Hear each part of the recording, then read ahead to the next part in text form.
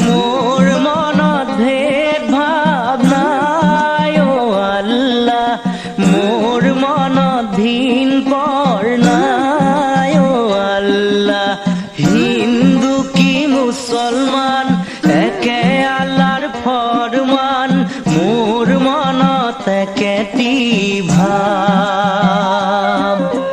মোর মনত ভেদ ভাব নাই ও আল্লাহ, মোর মনত ভিন পর নাই ও আল্লাহ। হিন্দু কি মুসলমান একে আল্লাহর ফরমান, মোর মনত একেটি ভাব।